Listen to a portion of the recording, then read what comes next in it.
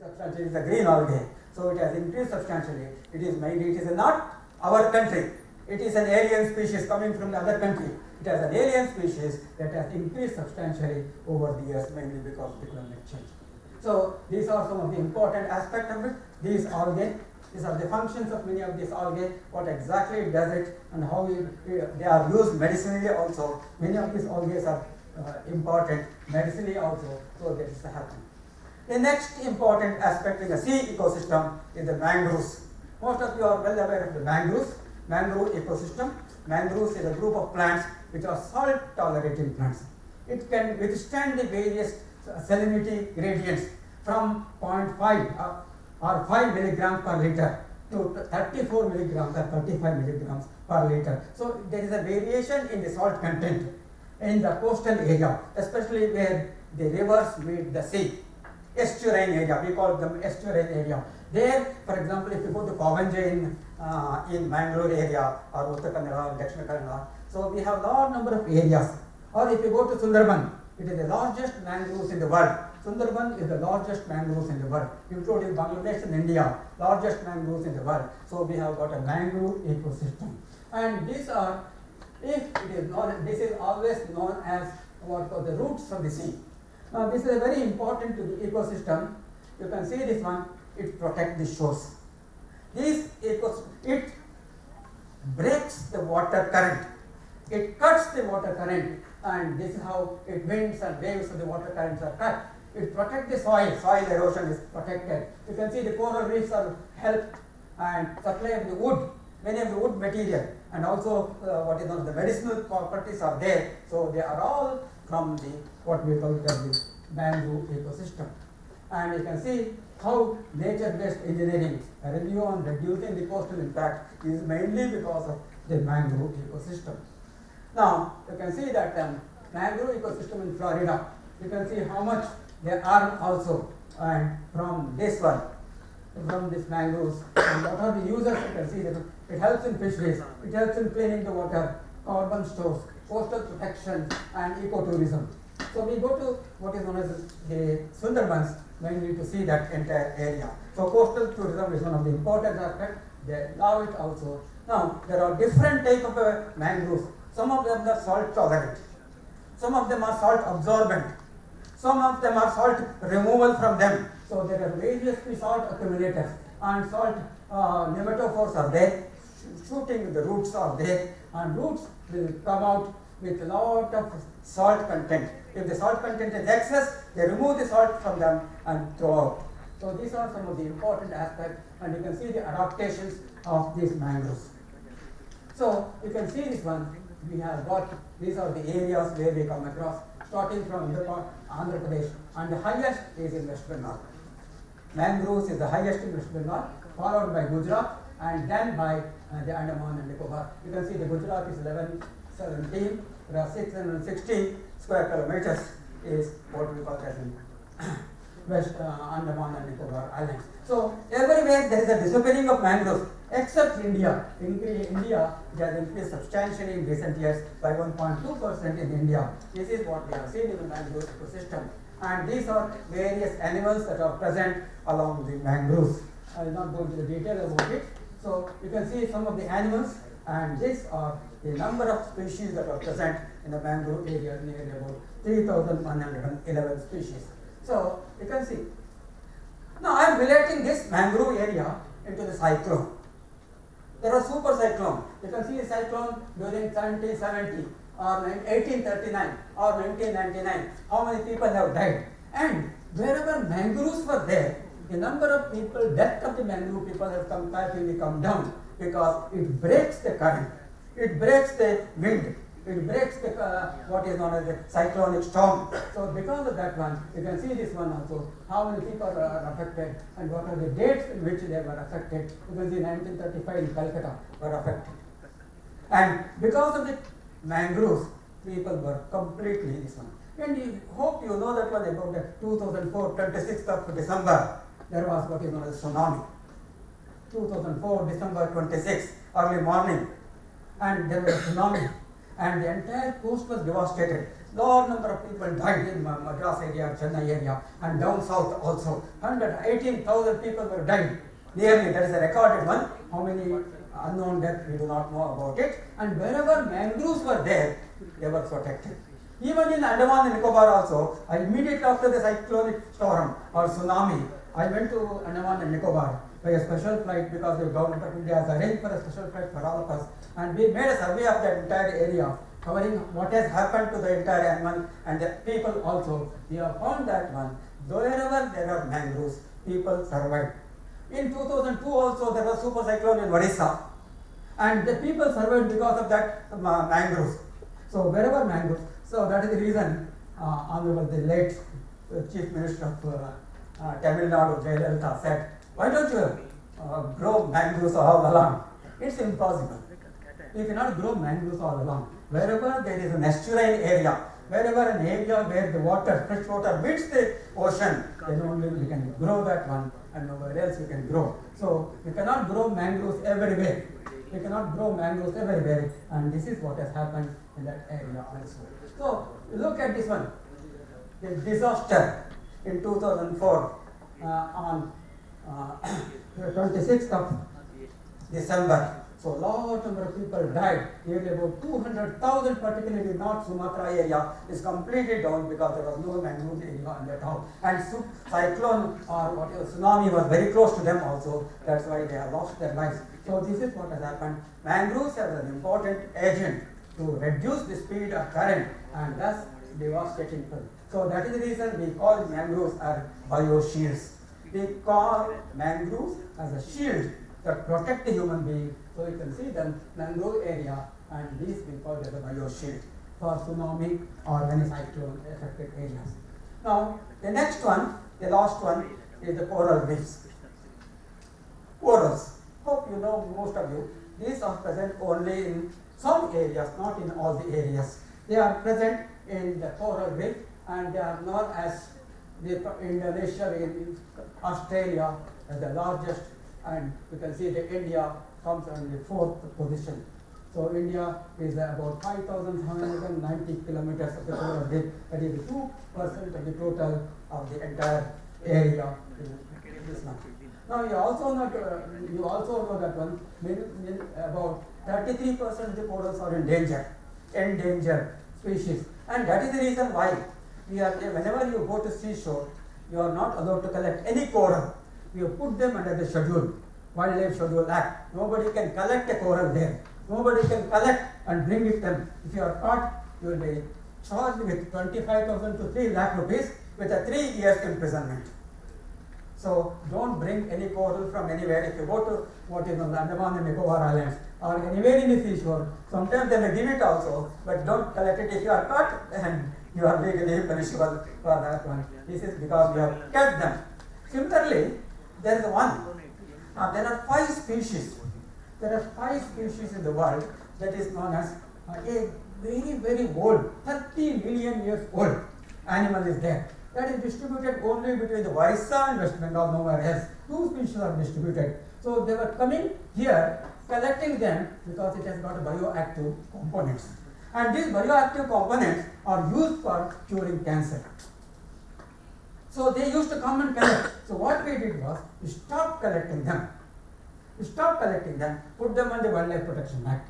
So when once it comes under Wildlife Protection Act, nobody can catch them. So that is how we make the, since I am a member of a Wildlife Board of India, now at present I am Board of Governors in the Wildlife Institute of India, we take care of this aspect of it, how to protect our own animals and plants and what is on the protected area network, and we give them a suggestion. We are only an advisory body.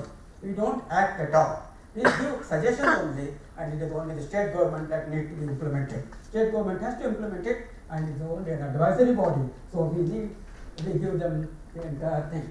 So these are, you can see them. These are different type of corals. You can see the different type of corals. You see the largest coral in Andaman and Nicobar. You can see the largest coral. There are flat bottom vessels, glass vessels. You can see them and see the either you can snorkel, go inside, deep inside, or you can see them in a glass bottle. If you go to what we call it as the coral reef in Australia, there is a boat which will take you inside the water, where you can see the large number of corals and coral associated plants and animals are there. So you can see them. This is the largest coral that are present in Andaman and Nicobar Island. So there are only 4 areas in India which we have got coral reef. One is Andaman and Nicobar, second one is Lakshadweep, third one is Gulf of Kutch in Gujarat, and fourth is Tamil Nadu, Gulf of Mannar. These are the 4 areas where we have coral reef. But we also identified some area in Malvan coast, in Maharashtra, Orissa coast also we have identified, and recently we know that one, of course quite a long back it was not early yet, but we have made an investigation, and very close to Karwar, there is an island, Netrani Island, and around the Netrani Island we have got a large number of people are coming, and it has become an ecotourism spot, mainly because it's a coral area. A very large, a limited number of corals are there. Nearly about 484 species are distributed in India. There are about 40 species around in Netrani Island. So we have found that one in that Karnataka also is coral reef. So this is how the coral reef are present. One is Andaman and Nicobar Island, Lakshadweep. The entire Lakshadweep is formed from the corals. It's a coral island. The entire island itself is based upon the corals. Coral is nothing but a group of animals, and they secrete calcium carbonate below. So that becomes a very big one and becomes an island, and this is how Lakshadweep is formed. And Gulf of Kutch, if you look at the entire scenario of the world, there is a range, the northern range and the southern range. The highest range is the Gulf of Kutch, where we can see corals also. So this is the highest range of the northern range between the Tropic of Cancer and Tropic of Capricorn that are present between these two, with the central equatorial region. So this is present, and this is the highest range of the largest, the taller that is area where we can come across the Gulf of Kutch. So this is how we have got. You can see the Andaman coral reef, and this coral reef. One important thing you need to understand the coral reef is it is an animal. This animal is associated with a plant. A coral is an association, what we call it a symbiotic association of the plants and animals. What is symbiosis? You know that one. They give food, they give protection. Like that one. So this is a symbiotic association. So this is how a coral is formed. Down below you have got calcium carbonate shells or calcium carbonate. So what happens when the sea surface temperature increases? When the temperature increases or carbon dioxide with the water carbonic acid increases, these algae will go away. These algae will be removed from that place and corals become white. If it is continued, it is going to die. Coral death. So these are the symbiotic corals or the symbiotic associations of a plant and animals. So this is how. This is now. You can look here. These animals, these plants have completely lost, and as a result of which it has become white. This is known as the bleaching of the corals. This is known as the bleaching of the corals, mainly because of the acidification of sea surface temperature, increasing sea surface temperature. So you can imagine how much we are going to likely to get from this one. Okay, these are the north and south. I told you about it. This is the equator. That is what is on the Pacific region. This is down below. So they are all present along the equator only. The coral reef is actually present along the equator.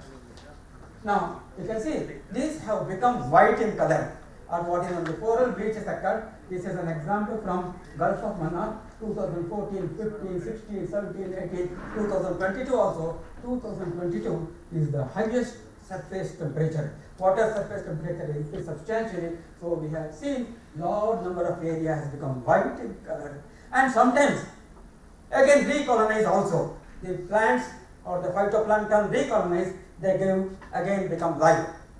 They give beautiful colors, and you can see that one. So coral reefs in India have undergone 3 mass bleachings and events since 1982. Surprise bleaching spotted in the deeper coral reefs of the Indian Ocean, likely due in 2019 due to warming. So global warming is the most important aspect of it. And we have seen in the various islands of the Andaman, Rutland Island, Ritchie Island, Mokabandar Island, and Mahatma Gandhi National Park, and this is Rajiv Gandhi National Park also in the Andaman Islands. You can see them, they have become colorless. This is what we call the coral bleaching. And you can see that one, what happens and how much we are losing. Nearly about 4 billion every year we are likely to lose if there is a coral bleaching, because there are large number of ornamental fishes. It is an area where number of ornamental fishes are coming up. So that we are likely to lose if there is a coral bleaching. And this coral bleaching is mainly because of the global warming. So these are the important aspects of the coral reefs. And you can see this one, what has been said by Hussein, IPCC chair, has said we are at the crossroads. The decisions we make now can secure a livable future. We have tools and know-how required to limit the warming. So we have got necessary tools to reduce the global warming and the other aspect of the climate change. And you know that one, in 2021, the Honorable Prime Minister of India himself went and had a climate interaction with the world people, and thus, except unfortunately the United States of India, United States of America have never agreed for this climate change or the Kyoto Protocol or the Paris, this one, and now we are likely to have the Imagine. This is the change program in India. We have got a programs in India, Sustainable Developmental Goals. There are 17 sustainable developmental goals. Out of the 17, this is the 13th one, and this is what is likely to happen. You see, when once we are committed, India is committed for a global change, we are likely to reduce the emission intensity by 20 to 25% by 2020. We have already achieved 2016 itself. We are likely to achieve this goal. 25% we are likely to achieve by 2025, and we are also likely to reduce emissions by 30 to 35%. So already we have on the way. We are likely to, India is going to achieve, without not a greenhouse effect, we are going to achieve by 6.9%. This is how our commitment, the Indian commitment is. They are likely to achieve much more than what other countries have done it, and now India has a plan, as already said. There is a various national action plans. Action plan like solar mission, so enhanced energy efficiency, water mission, Himalayan ecosystem, Green India. These are some of the action plans that have been taken by Government of India and has been given to the various state and government and NGOs to inculcate. So in addition to that one, all of you know about what is known as the Chandrayaan, but there is also a Samudrayaan also. Many of you are well aware of it. There is a yarn known as Samudrayaan, wherein we have already spent about 1,000 crore rupees. Department of Science and Technology has spent 1,000 crore rupees to send 3 persons about 6,000 meters deep below the oceans and to find out the nodules. The nodules are the golden things.